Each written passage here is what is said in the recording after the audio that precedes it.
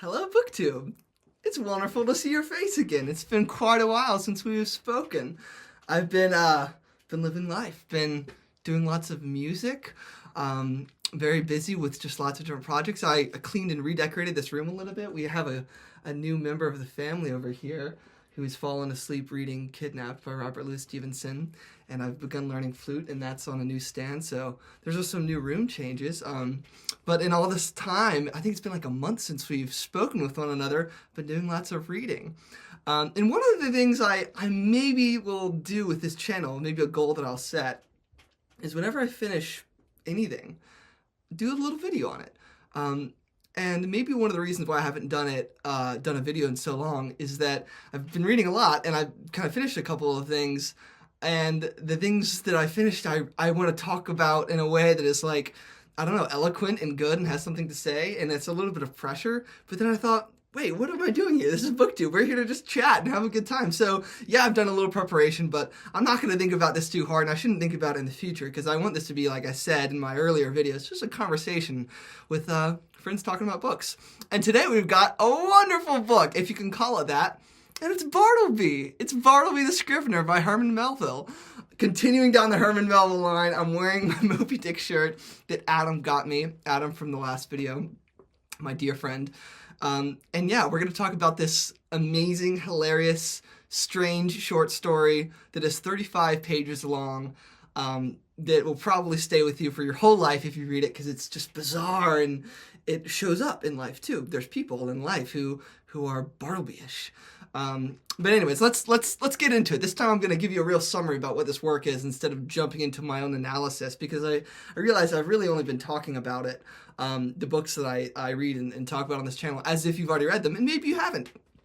And one last note before I start talking about Bartleby is what I'm going to do whenever I upload these videos that have the titles that are just the name of the work and the author, is it's just like a discussion. It's not like a review, because I don't know, I feel like a review would be more formal, and we're just chatting here. But anyway, so Bartleby the Scrivener. I have a little notebook here with notes. I also write vocabulary words that I learned when I read in this, and this is what I have written down. Bartleby, it's Herman Melville, written in 1853. And that would have been 2 years after Moby Dick was published. So, which is interesting, because this is a work that is pretty small in scope. Maybe it's also kind of bottomless like Moby Dick in a way, but it's pretty cool that an author who wrote Moby Dick could pretty quickly jump to something that was 35 pages long after writing Moby Dick, so that's neat. And it tells the story of a clerk on Wall Street and his team of copyists. And this is kind of a profession that's gone nowadays. We don't really think about copyists anymore because we have Control-C and Control-V and computers. But back in the day, apparently, I wouldn't know this, I never lived then, but back in the day, you'd have to copy out these, I don't know, 60, 100-page, probably longer legal documents, word for word perfectly by hand, and then check them to see if they were correct.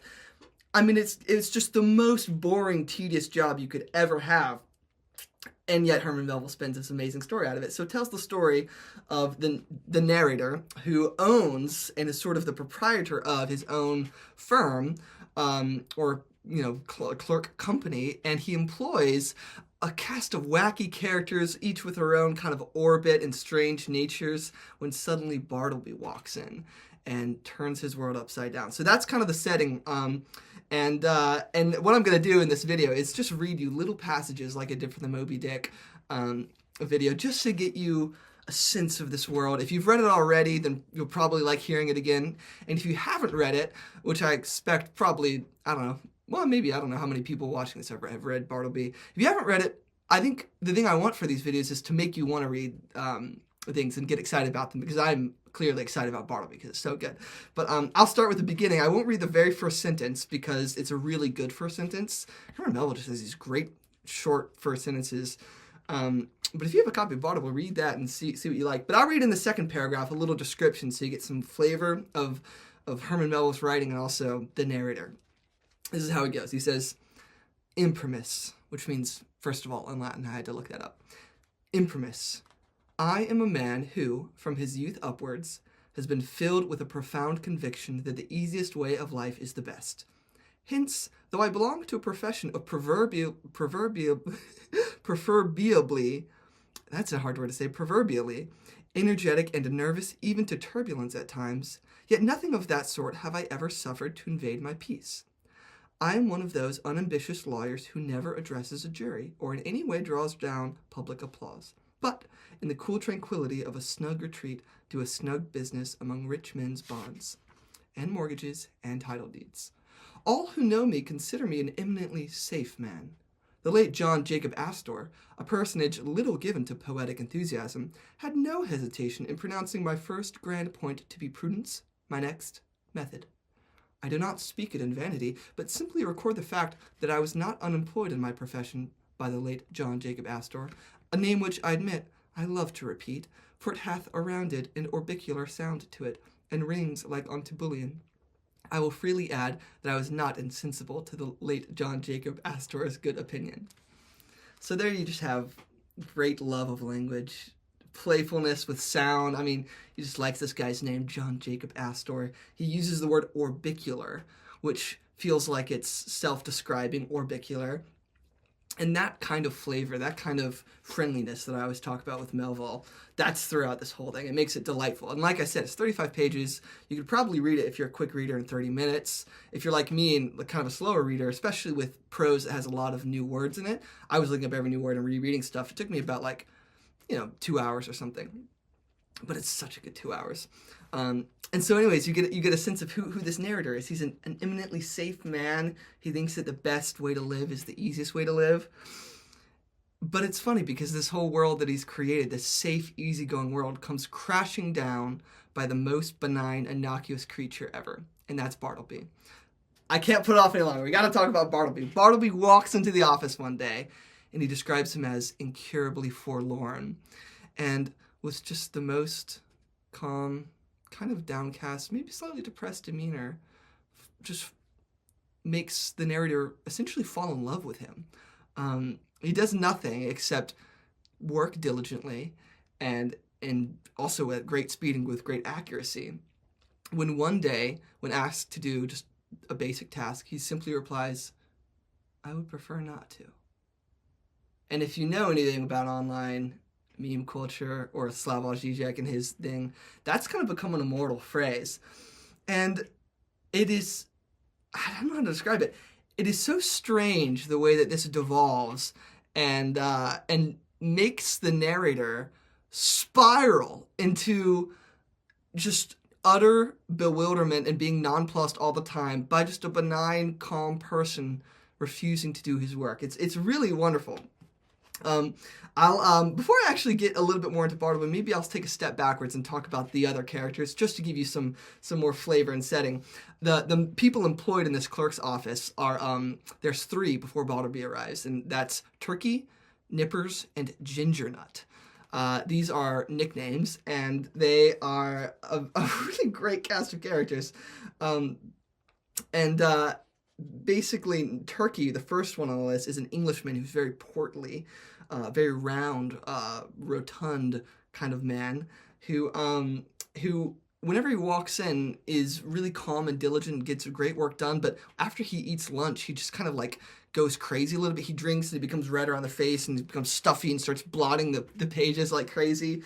And the other guy, Nippers, comes in every morning just in a bad mood because he's not a morning person. He's angry. But then at around noon, he starts to settle out and becomes really relaxed and calm. And so they balance one another out. They're like I said, I used the word orbit earlier, but they're kind of like, celestial bodies that complement one another. And Gingernut, thus named for ginger cakes that he brings, he's like an errand boy. He's just a great little, I don't know, he's almost like the straight man in the story, even though he's the most low-level person, because he's just looking at all this, what is happening? Anyways, I had a passage marked out for Turkey. I'm not sure exactly where it is now, but you know what, I'll go to this. Basically, Turkey has this description where he has got these terrible clothes, and I'll read that because it's great. He's talking about how Nippers is a great dressed man, but he says, "Whereas with respect to Turkey, I had much ado to keep him from being a reproach to me. His clothes were apt to look oily and smell of eating houses. He wore his pantaloons very loose and baggy in summer. His coats were execrable and his hat not to be handled. But while the hat was a thing of indifference to me, inasmuch as his natural civility and deference, as a dependent Englishman always led him to doff it off the moment he entered the room, yet his coat was another matter.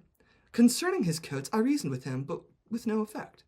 The truth was, I suppose, that a man with so small an income could not afford to sport such a lustrous face and a lustrous coat at one and the same time. What a great sentence. As Nippers once observed, Turkey's money went chiefly for red ink. Another great sentence. One winter day, I presented Turkey with a highly respectable-looking coat of my own, a padded gray coat of a most comfortable warmth, in which buttoned straight up from the knee to the neck. I thought Turkey would appreciate the favor and abate his rashness and obstreperousness of afternoons, but no. I verily believe that buttoning himself up in so downy and blanket-like a coat had a pernicious effect upon him, upon the same principle that too much oats are bad for horses. In fact, precisely as a rash, restive horse is said to feel his oats, so Turkey felt his coat. It made him insolent. He was a man whom prosperity harmed. That's great. That's just great writing. Melville will often do this thing in his writing where he'll be playing with language. He can just weave sentences and structures in and out that can be just full of conjunctions and commas that go on, and yet you can follow them. They make sense. They lead you on without you kind of getting lost in the grammar of it, and you're just swept along in it, and then he ends with a really good punchline. He was a man whom prosperity harmed. That's awesome. That happens a lot in Moby Dick. Like I said, of this book, it opens with a single strong sentence, so maybe he does that at the beginning and ends. Like, he bookends his prose. It's really great writing. But what a wonderful description of Turkey, of his character and personality, because you get both the visual element of him being kind of shaggy, oily, dressed kind of shabbily, but it says something about his character that if he puts on nice coats, he just kind of falls apart. It doesn't work for him. He can't sport a lustrous coat and his lustrous face at the same time. It's just so good. All of these things that I'm saying, Melville scholars and academics can probably glean meaning from within a greater kind of scope of intelligentsia, and maybe that's there, but I guess one of the things that I'm trying to do with my booktube channel is take these works that maybe are classics and show you just how enjoyable some of them can be, which this one certainly is. Anyways, I have one more passage marked out that I would like to read to y'all before we finish, because I'm not going to summarize the whole story for y'all. I just want to kind of give y'all the setting and the introduction, and then if you'd like to read it, go on with it. And then at the end, I'll talk a little bit about the potential meanings of Bartleby. But anyways, at some point in the story, after Bartleby arrives and the narrative's world is kind of thrown into confusion when Bartleby starts to refuse to work, he starts trying to psychoanalyze Bartleby and say, well, what's happening with this strange fellow? And one of the things he notices is that he's never gone. He's always at the office. He's always working, or there in the morning, or there he leaves after everyone. And it's kind of peculiar. Why is Bartleby always there? And he starts questioning his diet. And there's a small passage right after this where he learns that Ginger Nut, the errand boy, has just been giving Bartleby ginger cakes. And this is what the narrator says about this. He lives, then, on ginger nuts, thought I. Never eats a dinner, properly speaking. He must be a vegetarian, then, but no, he never even eats vegetables. He eats nothing but ginger nuts. My mind then ran on in reveries concerning the probable effects upon the human constitution of living entirely on ginger nuts. Ginger nuts are so called because they contain ginger as one of their peculiar constituents, and the final flavoring one. Now, what was ginger? A hot, spicy thing. Was Bartleby hot and spicy? Not at all. Ginger, then, had no effect upon Bartleby. Probably he preferred to have it none. That's so good. Or it says, actually, probably he preferred it should have none. But the comedic effect of that is great. He probably prefers it has none. There's great passages in this book, too, about the word prefer. It's very strange. It's a very specific word, and it really highlights Melville's love for the subtleties of the flavors of language and words. There was the word orbicular earlier with John Jacob Astor. You can feel that. But the word prefer gets a lot of attention because Bartleby, as I mentioned earlier, he says, I would prefer not to, whenever he refuses tasks. And at one point, the narrator says, it's actually on this page, he says, I would prefer not to. You will not? I prefer not. Bartleby's very specific. He's not refusing. He just would rather not. And what are you going to do? Pick him up and make him do the thing that you want him to do? Of course you can. He's Bartleby. You love Bartleby. And that's the basis of the psychological breakdown that the narrator suffers from, that it kind of keeps going down. Anyways, the story devolves from there. I say devolve, but maybe it actually gets more focused and not spirals out. It's just fascinating. And one of the reasons why it's fascinating is that it's kind of hard to put your finger on why it's fascinating. There's something about Bartleby that is so entrancing. He's just this person who you can't help but feel some sort of sympathy for, and yet he's confounding. Anyways, Bartleby has had a long history of interpretation by the academics, and of course I looked them up just to see what are people making of this thing. And someone said that Bartleby is an example of exercising completely your free will. His preference not to do things is basically his only way of having his own agency in life. And even though it leads to what it leads to, that's the grand success. Bartleby is like a successful, free-acting human being, whereas everyone else in the story has to copy and do those things. I'm not sold by that argument. I don't know. That just feels too like it's applying another ideology. I wrote down 3 things that Bartleby kind of does for me when I read it. I say it's kind of like a treatise on depression. It's kind of an exercise in empathy. And I think it's also the dangers of interpretation. First one, treatise on depression. Bartleby's he's probably depressed. Who knows? What Bartleby is, if he's even human-like, is kind of interesting. And I don't want to go too much into it because I don't want to reveal too much about the story if you want to read it yourself. But if you just pay attention to all of the things he says and does, he's not robotic. That's not true. He doesn't seem lifeless, totally. But there's something in him that Herman Melville says incurably forlorn, but that is like, there's a sadness in there, but you can't really look behind those eyes and see it. The second one that I said, an exercise in empathy, is that the narrator keeps trying to empathize with him, keeps trying to put himself in his shoes, keeps flip-flopping back and forth, love and hate and fury and compassion, and he can't really figure it out. And that empathy exercise is I think good for the narrator. It's good for his soul, but of course it's difficult for him to go through.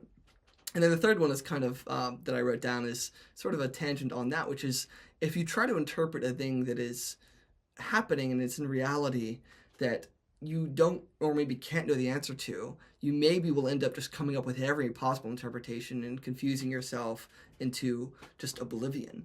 Herman Melville is famous for doing that actually in a really spectacular way, but in this book it's more contained.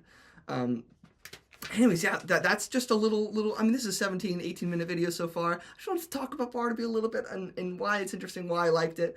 And yeah, I think if I had to describe this story in 3 words, I would say it's hilarious, exasperated compassion.